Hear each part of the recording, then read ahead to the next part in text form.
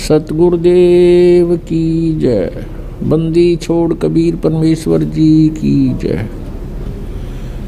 बंदी छोड़ गरीबदास जी महाराज जी की जय। स्वामी रामदेवानंद जी गुरु महाराज जी की जय।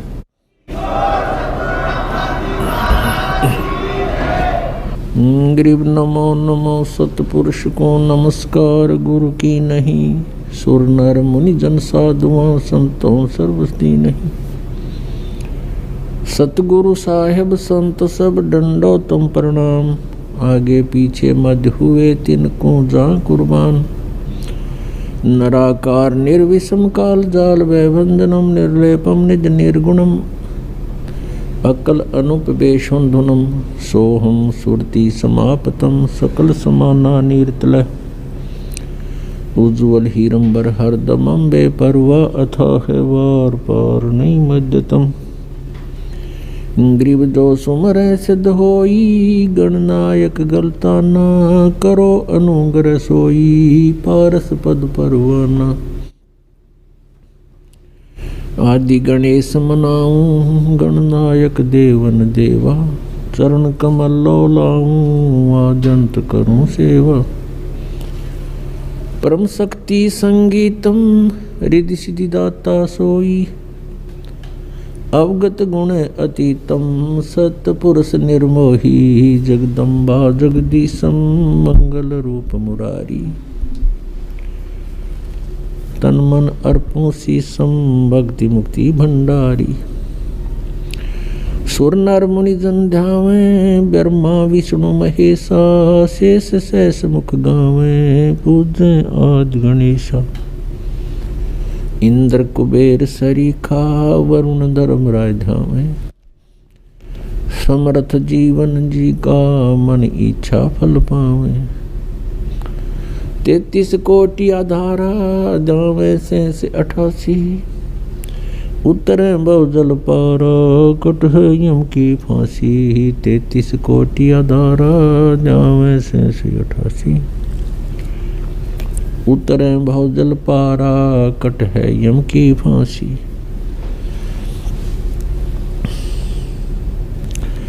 कर जोरूं विनती करूं धरूं चरण पर शीसे। गुरु जी राम देवानंद जी महाराज ने दियो नाम बख्शीश।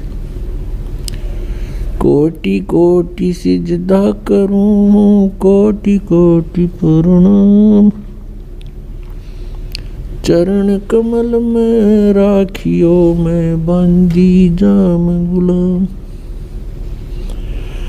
कुत्ता हूँ गुरु देव का रामपाल दास का नाम। गले प्रेम की जेवड़ी जाखे चोभा जाऊं मैं। तो करो तो बावड़ू दूर दूर करो तो जाऊं। जो राखो त्यों ही रहूं जो देवो सुख। जय इब के सतगुरु मिले सब दुख आँखों रोए। चरणों ऊपर शीस धरूं कहूँ जो कहनी हो। कबीर गुरु जी मिलेंगे पूछेंगे कुशलात। आदि अंत की सब कहूँ अपने दिल की बात। गुरु जी तुम ना भूलियो चाहे लाख लोग मिल जाएं।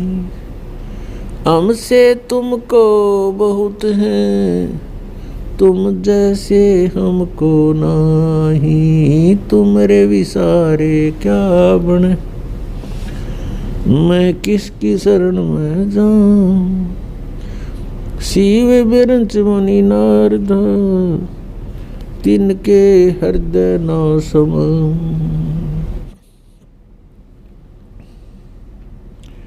अवगुण किए तो बहुत किए, करत न मानी और बावे बंदा बख्श दियो, बावे गर्दन उतार। अवगुण मेरे बाप जी बख्शो गरीब नवाज, जो मैं पूत कुपूत हूँ बोहर पिता को लाज। मैं अपराधी जन्म का नकसिक भरे विकार, तुम दाता दुख भंजना मेरी करो संवार। सूरत करो मम साईं, हम हैं भव जल माई। आप ही बह जावांगे जो तुम न पकड़ोगे बाँ। बंदी छोड़ दयाल जी तुम तक हमारी दौड़े, जैसे काग जहाज को सुहजत और न ठोरी।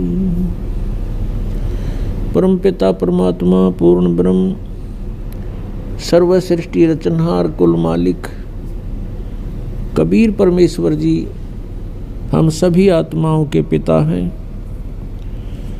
जितने भी यहाँ 21 ब्रह्मांड के अंदर आत्माएं हैं, ये सभी उस परमेश्वर कबीर जी की आत्माएं हैं। अब यहाँ हम काल के लोक में रह रहे हैं। इस काल के लोक में प्राणी सुखी नहीं हो सकता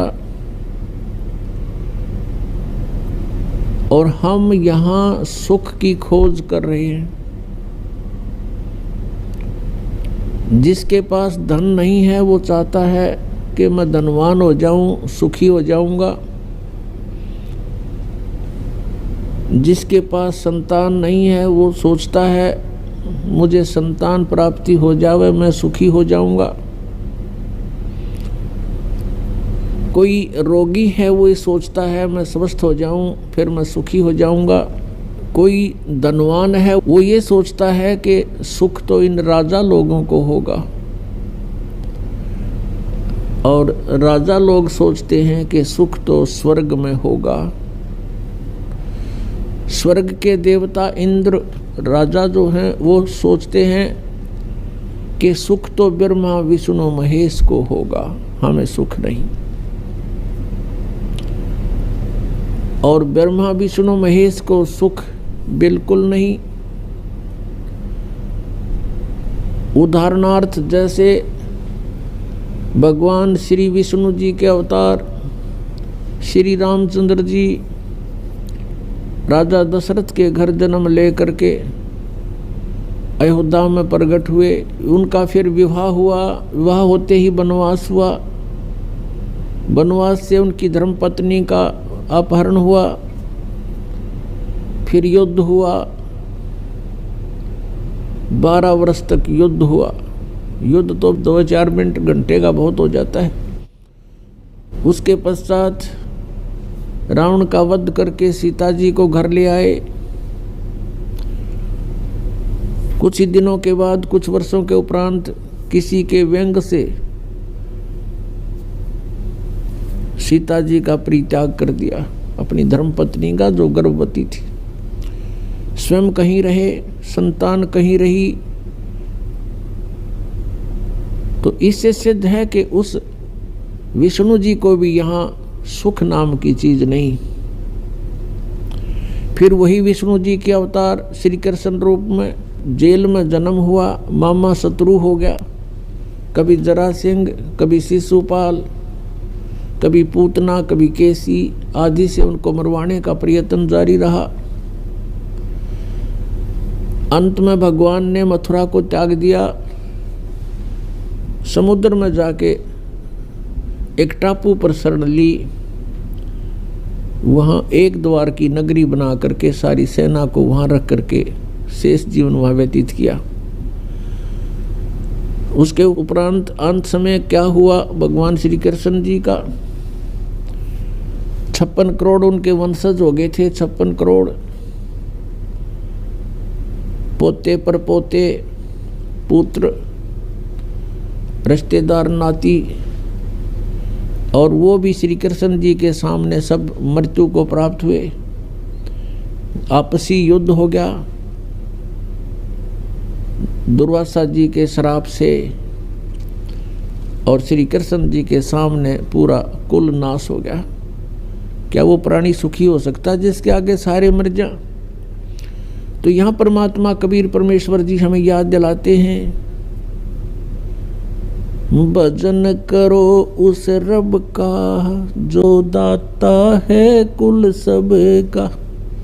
भजन करो उस रब का जो दाता है कुल सब का। उस परमेश्वर की भक्ति करो जो सबका मालिक है, सबका दाता है। श्रीमद् भगवत गीता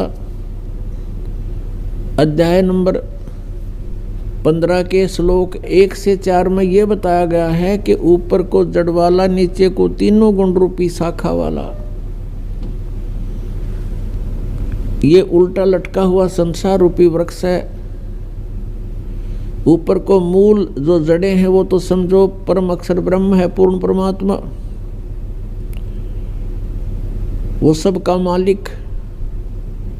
और नीचे को तीनों गुण रूपी शाखा, रजगुण ब्रह्मा, सतगुण विष्णु, तमगुण शिव जी रूपी शाखाएं हैं। और जो संत इन उल्टे लटके हुए संसार रूपी वृक्ष के सभी विभागों को भिन्न भिन्न बताता है, स वेदवित, वो वेद के तात्पर्य को जानने वाला है, अर्थात वो तत्वदर्शी संत है।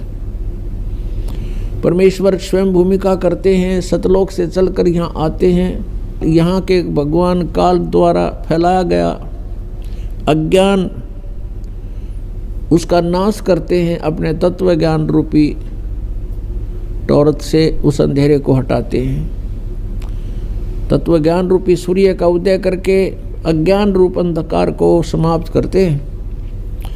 वो उसमें यहाँ कुछ समय के लिए रहते हैं और अपनी अमृतवाणी को उच्चारण कर करके सुनाते हैं, जो बाद में लिपिबद्ध कर ली जाती है। परमेश्वर ने कहा था, अक्षर पुरुष एक पेड़ है, निरंजन वा की डार, और तीनों देवा शाखा हैं ये पात रूप संसार। जो हिस्सा जमीन से बाहर दिखाई देता है पेड़ का, वो तुरंत जमीन से बाहर जो मोटे वाला होता है उसको तना बोलते हैं। और जड़ें प्रोक्ष है, गुप्त है। तो मूल मालिक तो गुप्त है, प्रोक्ष है, उसका तो यहाँ के सदग्रंथों में जिक्र नहीं। वो तो स्वयं परमेश्वर ने आके बताई है अपनी महिमा। उस तने को समझो ये अक्षर पुरुष है, उसके तने के फिर मोटी डार होती है, उसको समझो सरपुरुष, सरपुरुष। और उस डार के फिर 3 शाखाएं हों, वो रजगुण ब्रह्मा, सतगुण विष्णु, तमगुण शिव जी जानो। श्रीमद् भगवत गीता अध्याय नंबर 4 के श्लोक नंबर 32 में कहा है कि जो श्लोक नंबर 25 से लेकर 31 तक जो भी साधनाओं का वर्णन किया गया है वो पर्याप्त नहीं है। लेकिन साधक अपनी अपनी साधनाओं को पापनाशक ही मानते हैं। इस प्रकार की यज्ञों का विस्तार के साथ वर्णन है सच्चिदानंद घन ब्रह्म की वाणी में। ब्रह्म ने मुखे यानी सच्चिदानंद घन ब्रह्म ने स्वयं आकर के अपने मुख कमल से वो तत्व ज्ञान बोला होता है, उसको परम अक्षर ब्रह्म की वाणी कहते हैं। उस वाणी में वो विस्तार के साथ कहे गए हैं। उनको जानने के बाद फिर पूर्ण रूप से कर्म बंधन से मुक्त प्राणी हो जाता है।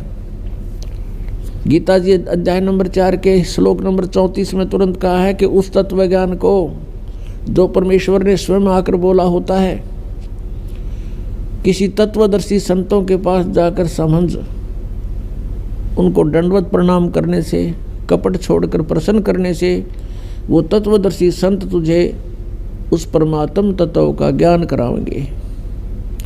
इससे एक बात तो ये सिद्ध होगी कि गीता ज्ञानदाता भी उस तत्व ज्ञान से अपरिचित है, इसलिए संतों के पास जाने को कह रहा है। अब यहाँ गीता जी अध्याय नंबर 15 के श्लोक नंबर 1 से 4 में परमेश्वर ने स्वयं अपनी महिमा का गुणगान किया है। अक्षर पुरुष एक पेड़ है, निरंजन वा की डार, सरपुरुष जिसको कहते हैं, सरपुरुष वा की डार, और तीनों देवा शाखा हैं ये पात रूप संसार। अब गीता जी अध्याय नंबर 15 के श्लोक 4 में कहा कि उस तत्व ज्ञान की प्राप्ति के उपरांत तत्व ज्ञान रूपी शस्त्र के द्वारा इस अज्ञान रूपी उलझी हुई गुत्थी को काटकर अर्थात समझकर उसके पश्चात परमेश्वर के उस परम पद की खोज करनी चाहिए, जहाँ जाने के बाद साधक फिर लौटकर कभी संसार में नहीं आते, अर्थात उनका जन्म मृत्यु सदा के लिए समाप्त हो जाता है। और जिस परमेश्वर ने सर्व ब्रह्मांडों की रचना की है उसी की भक्ति करनी चाहिए, अन्य की नहीं। गीता ज्ञानदाता यहाँ अपनी भक्ति को भी न करने की सलाह दे रहा है। क्यों दे रहा है? क्योंकि गीता जी अध्याय नंबर 4 के श्लोक नंबर 5 तथा 9 में, गीता अध्याय नंबर 2 श्लोक 12 में, गीता अध्याय नंबर 10 श्लोक 2 में ये स्वयं कहता, अर्जुन तेरे और मेरे बहुत जन्म हो चुके हैं, तू नहीं जानता मैं जानता हूँ। इससे सिद्ध है कि गीता ज्ञानदाता की भी जन्म मृत्यु होती है। ये पूर्ण मोक्ष नहीं होता, न इसकी साधना से पूर्ण मोक्ष हो सकता, और ये भी नाशवान है। इसलिए गीता ज्ञानदाता गीता अध्याय नंबर 18 के श्लोक नंबर 62 में कहता है कि अर्जुन तू सर्वभाव से उस परमेश्वर की शरण में जा जिसकी कृपा से तू परम शांति को और सनातन परम धाम को प्राप्त होगा। जब तक प्राणी जन्म और मृत्यु के अंदर है इसको शांति नहीं हो सकती, चाहे ब्रह्मा की पदवी पा ले, चाहे विष्णु की पदवी प्राप्त कर ले, चाहे शिव की पदवी प्राप्त कर ले, या छोटे मोटे राजाओं का तो अब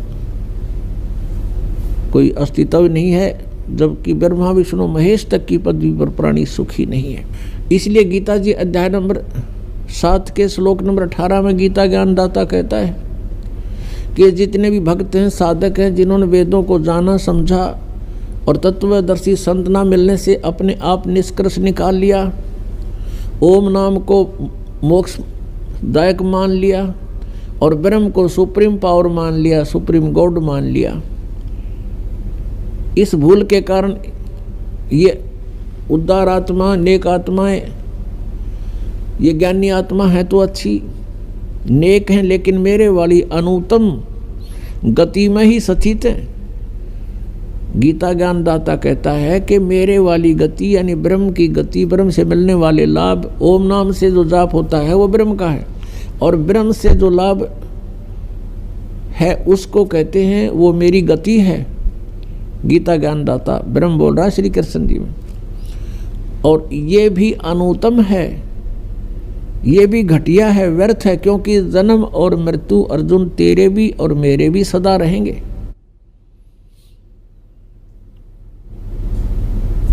अपनात्माओं, श्रीमद् भगवत गीता अध्याय नंबर 15 के श्लोक नंबर 16 और 17 में ये 3 पुरुष बताए, 3 प्रभु। एक सरपुरुष, ये 21 ब्रह्मांड का पुरुष प्रभु है, स्वामी है, मालिक है, ये कुल का मालिक नहीं है। अक्षर पुरुष जो पेड़ का तना कहलाता है, ये 7 संघ ब्रह्मांड का स्वामी है, ये कुल का मालिक नहीं है।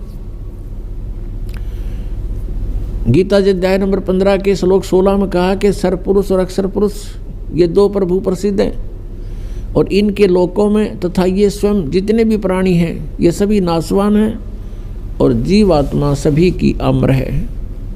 इसलिए गीता जी अध्याय नंबर 15 के श्लोक 17 में तुरंत कहा है कि उत्तम पुरुष है तो अन्य परमात्मा इति उदाहरते, कि पुरुषोत्तम श्रेष्ठ प्रभु, श्रेष्ठ परमात्मा, कुल का मालिक तो कोई और है जिसे परमात्मा कहते हैं। परमात्मा का अर्थ होता है श्रेष्ठ आत्मा, और श्रेष्ठ आत्मा वो होती है जिसकी शरण में कोई प्राणी दुखी नहीं हो सकता, केवल सुख सुख प्राप्त होता है।